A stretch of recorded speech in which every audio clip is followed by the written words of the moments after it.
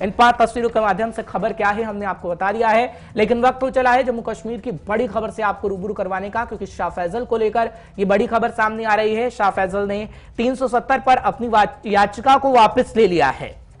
370 और राष्ट्रपति के फैसले के खिलाफ उनकी तरफ से याचिका डाली गई थी। शाह फैसल ने सुप्रीम कोर्ट का दरवाजा खटखटाया था और 370 राष्ट्रपति के फैसले के खिलाफ जो याचिका डाली गई थी वो याचिका अब वापस ले ली गई है। आपको याद होगा कि जब 370 हटा था तो किस तरीके से पार्टियों ने अपनी बात को रखा था। शाह फैसल साहब ने नौकरी छोड़ी, एक नई पार्टी बनाई और उसके बाद उन्होंने सुप्रीम कोर्ट का दरवाजा तक खटखटाया था 370 के मसले पर, और 370 पर अपनी याचिका को अब उन्होंने वापस ले लिया है जो राष्ट्रपति के फैसले के खिलाफ थी। और अब उनकी तरफ से क्लियर कट ये बता दिया गया है कि किस तरीके से अब इस याचिका को वापस उन्होंने ले लिया है। आज ये खबर आई जब हम आपको इस वक्त ताजा जानकारी देने की कोशिश कर रहे हैं कि किस तरीके से 370 पर याचिका को वापस ले लिया गया है शाह फैसल की तरफ से, क्योंकि शाह फैसल पहले अपनी नौकरी छोड़ चुके थे और प्रशासनिक सेवाएं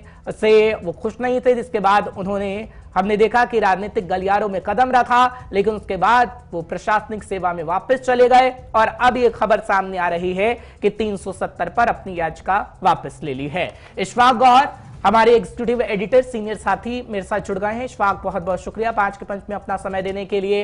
इशफाक, खबर बड़ी है, इस वक्त ये कहा जा रहा है कि 370 राष्ट्रपति के फैसले के खिलाफ याचिका डाली गई थी जो कि वापस ले ली गई है। आखिर कारण क्या था? क्योंकि पहले प्रशासनिक सेवा से बाहर हो जाना, उसके बाद प्रशासनिक सेवा में चले जाना और अब 370 वाली याचिका को वापस ले लेना। देखिए, जहां तक शाह फैसल की हम बात करते हैं तो शाह फैसल एक ब्यूरोक्रेट रहे थे और ब्यूरोक्रेसी के पीरियड के दौरान ही उन्होंने इस बात ऐलान किया था कि वो जी ब्यूरोक्रेसी को छोड़कर पॉलिटिक्स में आएंगे, अपनी पार्टी बनाने की कोशिश की और इसी बीच 2019 भी सामने आया।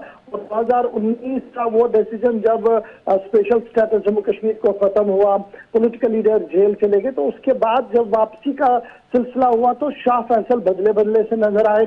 उन्होंने पॉलिटिक्स में बिल्कुल बात नहीं की और दिल्ली के गलियारों में तब से ही ये बात चल रही थी कि शाह फैसल को कहीं ना कहीं दोबारा से अकोमोडेट किया जाएगा और वैसा ही हुआ। बाद में शाह फैसल अभी डिप्टी सेक्रेटरी के ओहदे पर लगा दिए गए गवर्नमेंट ऑफ इंडिया। अब जब वो दोबारा आईएएस काडर में चले गए हैं और गवर्नमेंट ऑफ इंडिया की नौकरी कर रहे हैं तो गवर्नमेंट ऑफ इंडिया की पॉलिसीज के खिलाफ वो कोर्ट में कैसे जाएंगे, एक बड़ा सवाल था।